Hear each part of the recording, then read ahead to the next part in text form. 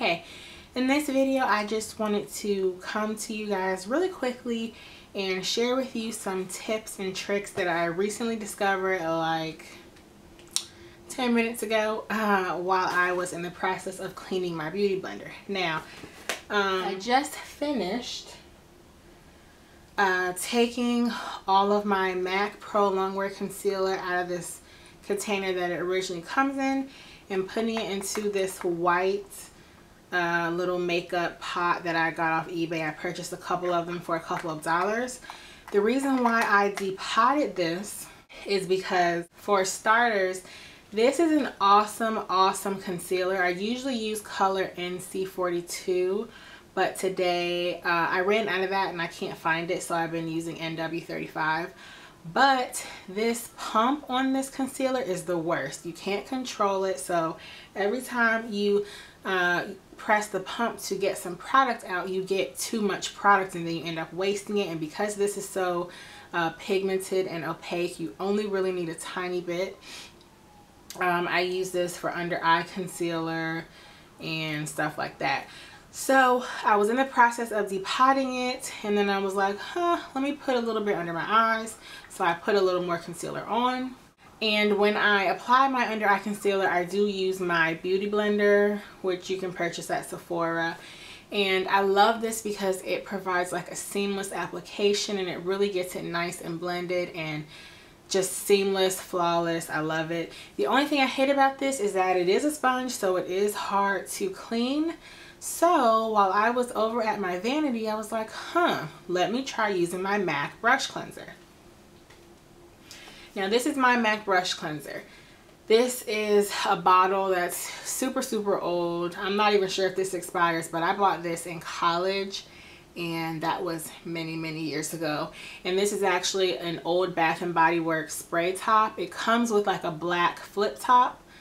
And that didn't disperse the product how I liked it.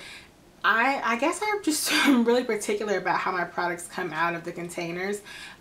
This gives it disperses a small amount of spray, but it's just enough to clean your brushes so you're not wasting it. And I like the fact that you can spray this rather than having to pour it, because I feel like you have more control over how much you use. And clearly, because I purchased this over 6 years ago, or maybe 6 years ago, I'm not really sure, and that's how much I've used. Granted, I don't use this all the time because half the time when I'm cleaning my makeup brushes, I just deep cleanse them because I figure why use this, but that's not the nature of this video. I'm going to show you how I use this cleanser to clean this beauty blender for, like, let's say you're doing your makeup in the morning and you don't want to leave the foundation or concealer on this until you get home, because this can tend to stain. It will come out, but it does stain it. So what I did was got my handy dandy tissue box. So I'm going to use a tissue and I'm going to spray a couple of pumps of my MAC brush cleanser onto the Beauty Blender.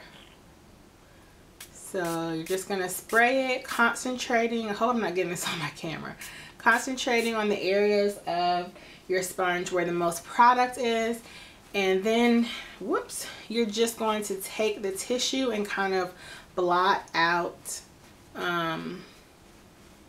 the concealer or whatever product you had. And if it's still there, you can use a little more. And even though I'm using one spray on these marks, because that is such a controlled nozzle, it's really not a lot of product.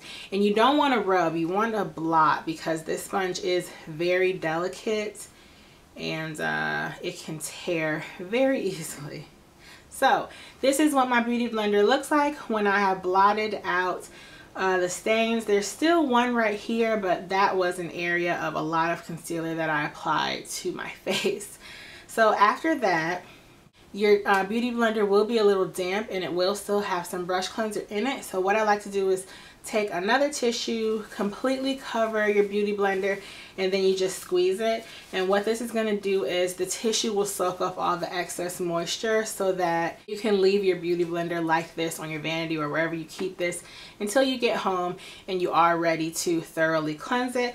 I would not really recommend, well, I guess you could just leave it like this, but I'm not sure what this brush cleanser is going to do to this in the long run.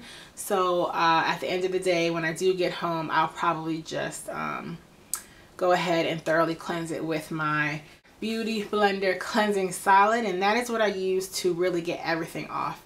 It's in my bathroom right now, so I'm not gonna go get it, but it's a white solid and it's like $15, which is really expensive for a cleansing product. But if you want your Beauty Blender to get squeaky clean, meaning everything out of it, that is what you should use.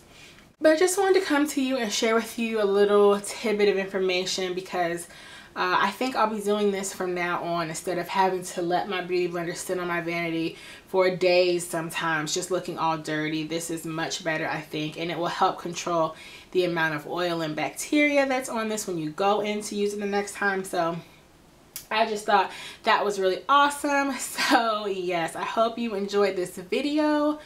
I really love this cute little Beauty Blender. It's pink, why wouldn't I love it? And it's really awesome, like I said, for applying concealer. It is good for foundation too, but because I like a medium to full foundation application, I do tend to use a brush, and it would soak up too much of my foundation, which is way too expensive to be wasting. So yes, I hope you enjoyed this little video about how I quickly kind of like spot cleanse my Beauty Blender. So yeah, that's all I had to share with you. Thank you for watching, and I will see you in the next video. Bye.